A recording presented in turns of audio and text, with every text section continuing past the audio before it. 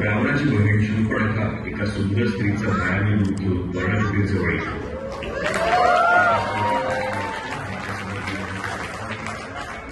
तिचे खरे रूप ओळखून राम तिला नकार देतात. ती लक्ष्मणाजवळ येते आणि लक्ष्मण क्रोधित होत तिचे नाक कापते. ती तशीच रडत रावणाकडे जाते. सगळा घडलेला प्रकार रावण क्रोधित होऊन म्हणतो, मी याचा बदला घेतो. मारेच राक्षस वर्णमृगाचे रूप घेऊन आश्रमाबाहेर येतो. ते पाहून सीतेला तो मृग हवाहवासा वाटतो आणि ती रामाजवळ म्हणते, हा सोनेरी मृग मला हवा. रामाला माहिती होते की तो मायावी राक्षस आहे. तरी सुद्धा केवळ सीतेसाठी राम मृगाला पकडण्यासाठी त्याच्या मागे जंगलात जातो. थोड्याच वेळात आवाज येतो, सीते धाव, लक्ष्मणा धाव. हे ऐकून सीता घाबरते. लक्ष्मणाला सांगते, हे लक्ष्मणा, तुझे बंधू संकटात आहे, तू मदतीला जा. यावर लक्ष्मण म्हणतो, हा आवाज रामाचा नव्हेच, हा आवाज त्या मायावी राक्षसाचा आहे.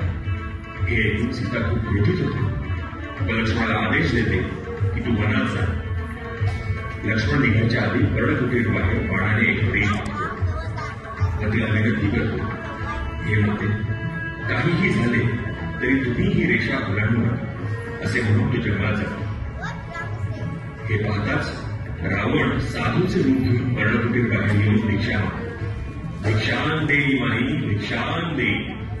भिक्षा देऊ करताच साधू रूपातील कपटी रावण तिला म्हणतो, हे माई, बाहेर येऊन भिक्षा दे. हे ऐकताच सीता लक्ष्मण रेषेच्या बाहेर येऊन भिक्षा देऊ लागली. रावण आपल्या खऱ्या रूपात प्रकट होतो. तिचा हात पकडतो आणि आकाश मार्गाने लंकेकडे जाणार. सीता रामाच्या नावाने रडू लागली. आपला माणूस लागावा म्हणून जवळ एक एक दागिना मार्गात टाकत जातो. सीतेच्या रडण्याच्या आवाजाकडे जटायू पक्षाचे लक्ष जाते. आणि तिच्या मदतीसाठी धावून जातो. काही वेळ रावण आणि जटायूमध्ये युद्ध होतो. थोड्या वेळाने रावण आपल्या तलवारीच्या वाराने जटायूला चकित करतो. जटायू जखमीवर कंगाळ होऊन खाली पडतो. सीतेला घेऊन रावण लंकेत पोहोचतो. सीतेने टाकलेल्या अलंकाराच्या मदतीने तिचा शोध घेत असताना राम आणि लक्ष्मणाची भेट जटायू पक्षाशी होती. जटायू पक्षी त्यांना चिंता करण्याची घटना त्याने दिलेल्या माहितीच्या आधारे राम आणि लक्ष्मण आपला प्रवास दक्षिण दिशेने सुरू करतात. जंगलातून जात असताना वाटेत त्यांना एक झोपडी दिसते. इंद्राची शापित अप्सरा शहरी रूपाने तिथे रामाची वाट पाहत असते.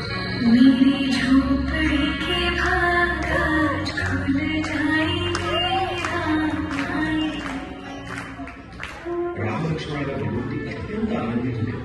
त्याचे स्वागत करते आणि म्हणते, हे श्रीराम, किती वर्ष तुमची वाट पाहायची. तुम्हाला बघून प्रसन्न झाले आणि त्यांना गोर देऊ. मात्र प्रत्येक गोर देताना आधी ती स्वतःचा पण बघायची आणि मग श्रीरामाला द्यायचे. कारण तिला श्रीरामांना आंबट गोर द्यायचे नव्हते. हे बघून रामाने स्मितहास्य केले. हे बघून लक्ष्मणाने विचारले, ती उष्टी गोड तुला देत आहे तरी तुमच्या चेहऱ्यावर स्मितहास्य काय. राम म्हणतात, हे बंधू लक्ष्मणा, ही शबरीने प्रेमाने दिलेली भेट. विश्रांती घेऊन राम लक्ष्मण म्हणतात, शबरी त्यांच्या पायावर डोकं ठेवते आणि तिचा उद्धार होतो.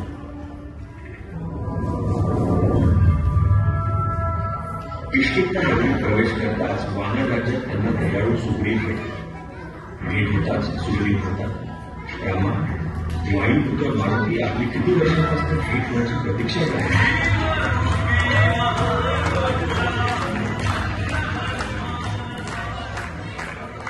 ते सगळे मारुतीकडे. मारुती रामाला प्रेमाने आलिंगन देऊ, हे रामा, किती वर्ष तुमची वाट पाहतो. आज मी तुम्हाला पाहून धन्य झालो. दुष्ट वालीबरोबर युद्ध जिंकून आणि सुग्रीवाचे राज्य त्याला परत करून राम लक्ष्मण त्यांच्याकडे त्यांच्या वानरसेनेची मदत केली. तिथे सगळे एकमताने ठरवतात की हनुमानाला आधी आपण लंकेत टाकायचे. सीतेच्या शोधात हनुमान आकाश मार्गाने लंकेत घेऊन पोहोचले.